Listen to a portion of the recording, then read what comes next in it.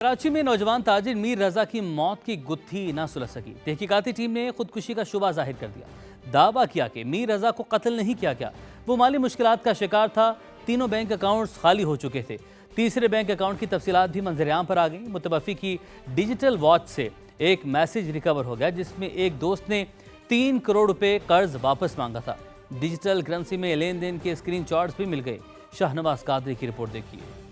कराची में नौजवान ताजिर मीर रजा की मौत। वालिदैन वाक़े को कत्ल करार देते रहे, इंसाफ की दुहाइयां देते रहे, मगर तहकीकाती टीम ने मीर रजा की मौत को खुदकुशी करार दे दिया। तफ्तीशी हुक्काम का दावा है कि मीर रजा माली मुश्किलात का शिकार था। तीनों बैंक अकाउंट्स खाली हो चुके थे। 24 जुलाई को तीसरे अकाउंट से आखिरी ट्रांजैक्शन हुई जिसमें 70 पैसे कटौती हुई। रिकवरी मैसेज में दोस्त ने 3 करोड़ रुपए वापस मांगे थे। मीर रजा ने कल बात करने का जवाब दिया। पुलिस ने कर्जदारों की लिस्ट बनाई तो पता चला मीर रजा 8 अफराद का मकरूज था। कॉल रिकॉर्ड से आखिरी 15 अफराद का डेटा भी निकाला गया। तफ्तीशी टीम का तमाम अफराद की आखिरी लोकेशन के लिए वफाकी हसास इदारे से राब्ता। मुतवफ़ी के दोस्तों के बयानात भी रिकॉर्ड। पुलिस को डिजिटल करेंसी में लेन देन के शवाहिद भी मिल गए। पुलिस ने शुबा जाहिर किया है कि कर्ज अदा न करने के बाइस मीर रजा ने अपनी जान ली। शाहनवाज कादरी, समा, कराची। नाज़रीन, पुलिस शुबा जाहिर कर रही है कि मीर रजा ने खुदकुशी की, मगर जिस पिस्तौल से गोली चली वो गायब है। खुदकुशी की है तो पिस्तौल कहाँ गया? पुलिस को लगता है कि नशे का आदी शख्स या कोई और असलहा उठा कर ले गया, जिसकी तलाश जारी है, जबकि मुमकिन तौर पर गोली का खोल पिस्तौल के अंदर ही रह गया होगा। इसी हवाले से समा ने 29 जुलाई की सुबह 8 बजे की सीसीटीवी फुटेज भी हासिल कर ली है। फुटेज में जाय बुका पर थैला उठाए कचरा चुनने वाले को देखा जा सकता है। कचरा चुनने वाला जाय बुका पर 8:03 पर पहुंचा, कुछ देर रुका, झाड़ियों की तरफ गया और 8:10 पर उसे वापस जाते देखा गया है। पुलिस ने शुबा जाहिर किया है कि पिस्तौल कचरा चुनने वाला ही लेकर गया होगा। उसकी तलाश जारी है। ये फुटेज 29 जुलाई की सुबह 8 बजे की है, जबकि उसी दिन 11 बजे के बाद मीर रजा अली की लाश मिली थी। जबकि आपको ये भी बताएं, मेरे बेटे ने खुदकुशी नहीं की, मनसूबाबंदी से कत्ल किया, तशद्दुद से उसका चेहरा खराब करके शनाख्त मिटाई गई। नौजवान मीर रजा के वालिद की दुहाई। समा से गुफ्तगू में कहा, एक दिन पहले लाश वहाँ मौजूद नहीं थी तो दूसरे दिन कहाँ से लाई गई? अगर उसी मकाम पर खुद को गोली मारी तो खून कहाँ गया?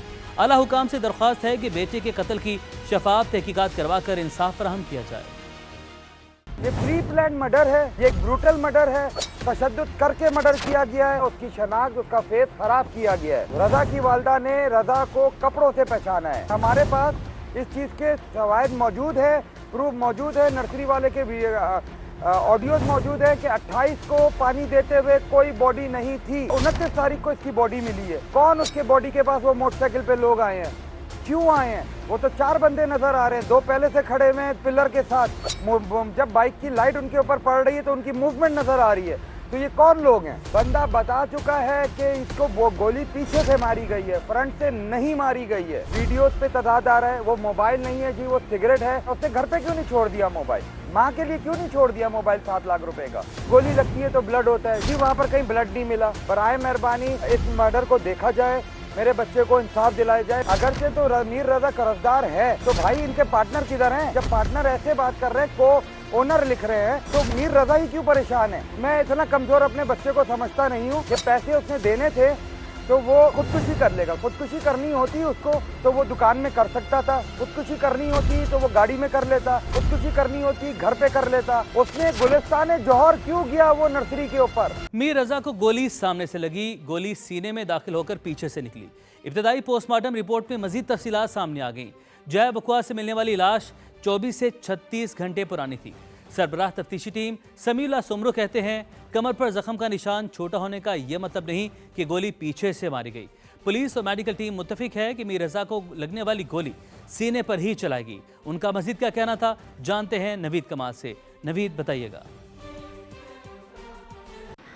जी बिल्कुल, मीर रज़ा की ये लाश मिलने का मामला है। इसमें इब्तदाई पोस्टमार्टम रिपोर्ट सामने आ गई है, जिसमें यह बताया गया है कि जो लाश जब मिली 24 से 36 घंटे पुरानी थी। इसमें अहम बात यह है कि पोस्टमार्टम रिपोर्ट में लिखा गया है कि मीर रज़ा अली को जो गोली लगी वो सीने से लगी और जो है कंधे के पास से जो है पीछे से गोली निकल गई। इसमें तस्वीर में ये नज़र आ रहा है कि जो सीने का जो सुराख है जहाँ से गोली इंटर हुई वो बड़ा है और जो पीछे कंधे के करीब जो सुराख है गोली निकलने का वो बहुत छोटा है। तो इसमें जो है अमूमी तौर पे ये बात की जाती है कि जहाँ से गोली इंटर होती है वो सुराख छोटा होता है, जहाँ से फाड़ के निकलती है वो बड़ा होता है। लेकिन पोस्टमार्टम रिपोर्ट में जो है ये लिखा गया है कि गोली सीने से दाखिल हुई। तो इस पर जो है SIU में जो SSP हैं इन्वेस्टिगेशन सरबराह भी इस टीम के समीला सुमरा, उनका ये कहना है कि डॉक्टर का इस पर तफसीली इंटरव्यू किया गया है, उनसे इस पर जो है पूछा गया है, सवालात किए गए हैं। उन्होंने बताया है कि जो गोली है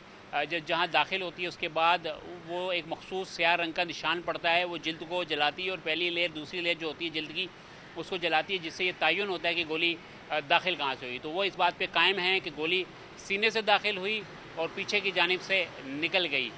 इस पर जो है ये तफसीली पोस्टमार्टम रिपोर्ट आना बाकी है।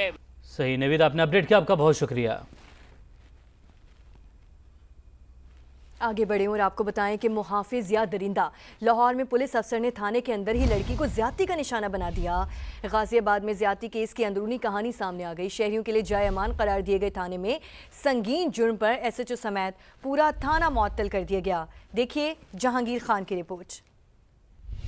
गाजियाबाद में लड़की से ज्यादती थाने के अंदर हुई। इन्वेस्टिगेशन विंग के ASI ने पूरी फोर्स पर धब्बा लगा दिया। तहकीकात में इंकिशाफ हुआ कि ASI मुतासरा लड़की को मोटरसाइकिल पर थाने लाया और गेट पर तैनात संतरी को बताया कि खातून मुलजिमा है और तफ्तीश के लिए लाई गई है। पुलिस जराये का कहना है कि लड़की को इन्वेस्टिगेशन रूम में ले जाया गया, जहां ASI ने ज्यादती का निशाना बनाया। पुलिस के मुताबिक वाक़े के बाद मुलजिम खुद ही मुतासरा लड़की को वापस छोड़ आया। इसी दौरान लड़की के बुरसा अगवा की दरख्वास्त लेकर थाने पहुंचे, लेकिन दरख्वास्त से पहले ही घर से खबर आई कि लड़की वापस आ चुकी है। मामला खुला तो पुलिस ने ASI को गिरफ्तार कर लिया। तहकीकात में गफलत और हकायक छुपाने पर पहले इंचार्ज इन्वेस्टिगेशन मुअत्तल किया गया, फिर ऑपरेशंस विंग की बारी आई। DIG ऑपरेशंस रात गए थाना गाजियाबाद पहुंचे। SHO समेत थाना गाजियाबाद का पूरा अमला मुअत्तल कर दिया गया। 78 अहलकारों को क्लोज लाइन करने की रपट दर्ज कर दी गई। मामले की मजीद इंक्वायरी जारी है। जहांगीर खान, समा, लाहौर। गिलगित बल्तिस्तान के जिला खिजर में बारिशों के बाद तगयानी से तबाही। सैलाब में आने वाले पत्थरों से दरिया अशकुमन का बहाव रुक गया। हाथुन में झील बन गई, मुतादिद देहात डूब गए, घर, गाड़ियां, दुकानें, जमीनें सब दरियाबुर। लोग मैसूर हो गए। इलाके में कश्ती की मदद से लोगों को निकालने की कोशिशें जारी हैं। मूसलाधार बारिश के बाद खतरनाक सैलाबी रेले। हाथोन में सैलाबी रेला रेत और पत्थर साथ ले आया। दरिया का बहाव रुकने से पानी आबादी में दाखिल। गांव के गांव डूब गए। रिहायशी मकानात, गाड़ियां, दुकानें, स्कूल, जमीनें सब दरियाबुर। लोग महसूर हो गए। ये सुबह 7 बजकर ये मामला हुआ ना, इसलिए हम मुतासिर हुआ है। हमारा माल में से अपना मकान भी बिल्कुल पानी में डूबा हुआ है। इसकी वजह से हम मुतासिर हैं। हमारी हुकूमत को अपील है, हुकूमत कुछ हमें इंसाफ दिलाए जाए। दरिया का रास्ता ब्लॉक हो चुका है। पानी दूसरी तरफ फैलता जा रहा है। गाहकोच और अशकुमन को मिलाने वाली मरकजी सड़क भी बंद हो चुकी। इलाके में कश्तियों की मदद से लोगों को निकाला जा रहा है। चित्राल के तूलो अर्ज में ग्लेशियर्स फटने और क्लाउड बर्स्ट से दर्जन से जायद मकामात पर सैलाब आया। 2 अफराद जाँ बहक हो गए। इलाके में कारोबारी जिंदगी मुअत्तल। चित्राल पेशावर मेन शाहरा और चित्राल चंदू रोड सैलाब बुर्द और मुतादिद पुल टूट गए हैं। रेस्क्यू ने एक लाश दरियाए चित्राल से निकाल ली, जबकि दूसरे शख्स की तलाश अभी जारी है। इलाके में टेलीफोन और इंटरनेट सर्विस 24 घंटे बाद जुज़वी तौर पर बहाल हो गई। गांव बरोस में क्लाउड बर्स्ट से खौफनाक सैलाबी रैले। चित्राल पेशावर रोड बहाले गए, जिससे चित्राल का मुल्क से ज़मीनी राब्ता मुनक़ता हो गया।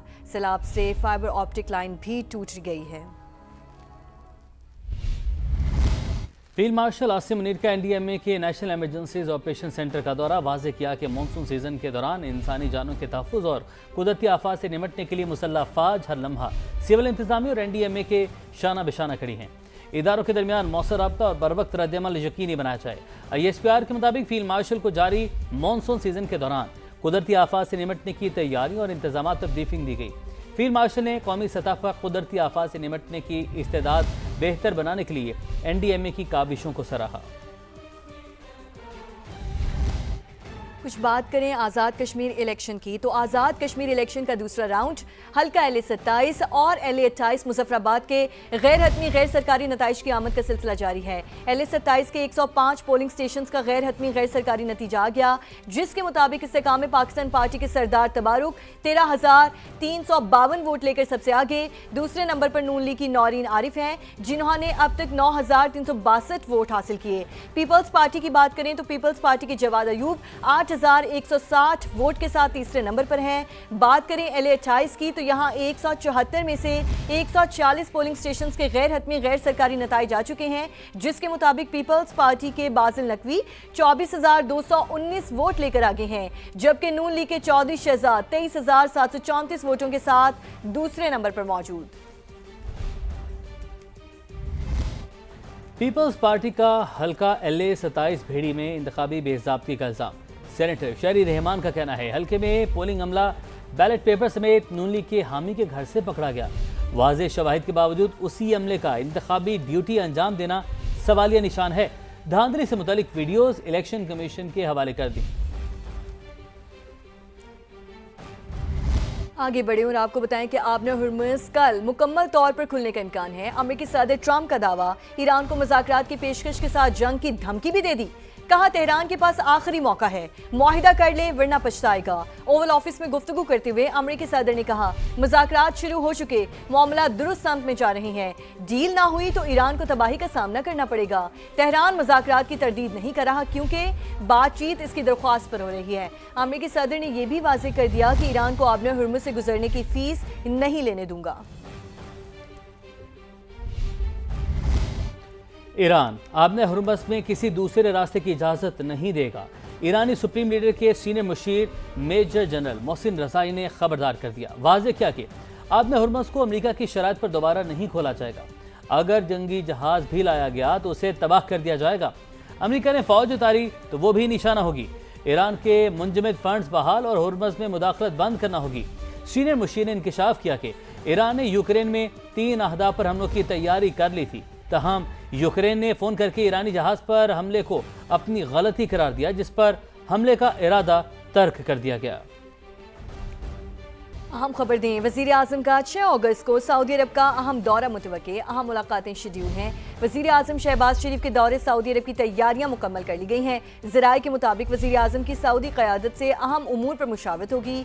पाकिस्तान और सऊदी अरब के 2 तरफ़ा ताल्लुकात पर अहम पेशरफ्त का इम्कान है।